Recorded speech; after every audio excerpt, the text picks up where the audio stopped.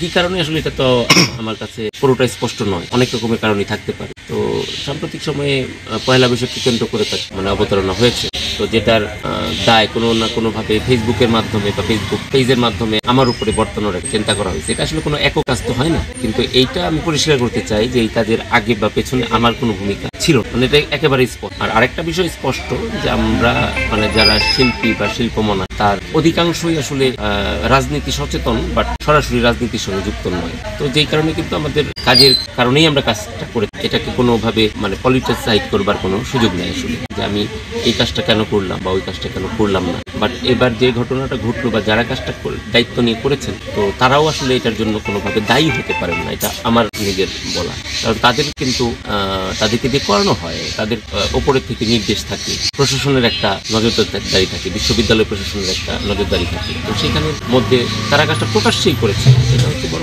আমি সেখানে উপস্থিত থাকলেও আমার কাজের প্যাটার্নটা ভিন্ন ছিল। আমি একটা বাঘ তৈরি করি, টিভিতে নিউজ দেখলে সবাই নিশ্চয়ই সেটা দেখে থাকে। তো বাঘটা আমি নির্মাণ করেছি, যেহেতু বৈশাখের সাথে সেই 2004 সাল থেকেই যুক্ততা রয়েছে। তো এটাকে কখনোই আসলে কোনো পলিটিক্যাল গ্রাউন্ড হিসেবে দেখি না। যেই কারণে আসলে মনে হয় নাই যে এই বৈশাখে যাব তো ওই বৈশাখে যাব, ওই বছর গেছি তো এই বছর যাব না, এরকম কখনোই মনে হয় না। সরলভাবেই সাধারণভাবেই ওখানে যাওয়া এবং বাঘের একটা মোটিভ আমি তৈরি করেছি। তারপরে দায়ভার তো আসলে এরকম করে যে আমি বিকৃত প্রতিকৃতি আমি তৈরি করেছি বা আমার আমাকে দায়িত্ব দেওয়া হয়েছে বা আমি দায়িত্ব নিয়ে, বাট এটা খুবই ভ্রান্তি। আমি তাই বলছি সবাইকে যে আসলে বিভ্রান্তি ছড়ানোটা ঠিক হয় না। এটা অনেক মানুষের জীবন নষ্ট করে দিচ্ছে, অনেক মানুষের পুরো লাইফ নষ্ট করে দেয় না।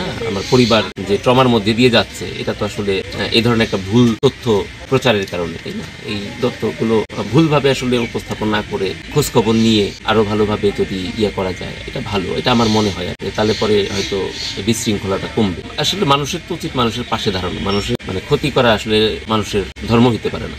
এখানে আমাদের আসলে রাত 2:30-3টার দিকে সবাই তো ঘুমন্ত অবস্থায়। এখানে আগুন জ্বলার পরে রাখাল ছিল, ওই প্রথমে টের পাওয়ার পরে পারিপার্শ্বিক সবাই ডাকাডাকি করার পরে বেরিয়ে দেখা যায় মনে করো যে আগুন জ্বলতেছে। তো আমি তো ফোন পেয়ে মানিগঞ্জ থেকে আসছি, তারপরে আমরা বিভিন্ন ফায়ার সার্ভিস প্রশাসন এগুলো নক করছি, নক করার পরে তারা আসছে। তারপরে ক্ষয়ক্ষতির যে পরিমাণটা এই দোকান এর ভিতরে অনেক হিউজ পরিমাণের জিনিসপত্র ছিল, মানে প্রায় 35-40 লক্ষ টাকার মতো জিনিসপত্র এখানে ছিল। ফ্রিজ ছিল, মানে জেনারেটর ছিল, আরো আমাদের ব্যবসায়িক জিনিসপত্র বা ওই যে মানবিন্দর যে কাজটা করে শিল্পী, ওগুলার যে ম্যাটেরিয়ালগুলো এখানে ছিল। তো এই অবস্থায় এখন আমরা এইভাবে আছি আর কি।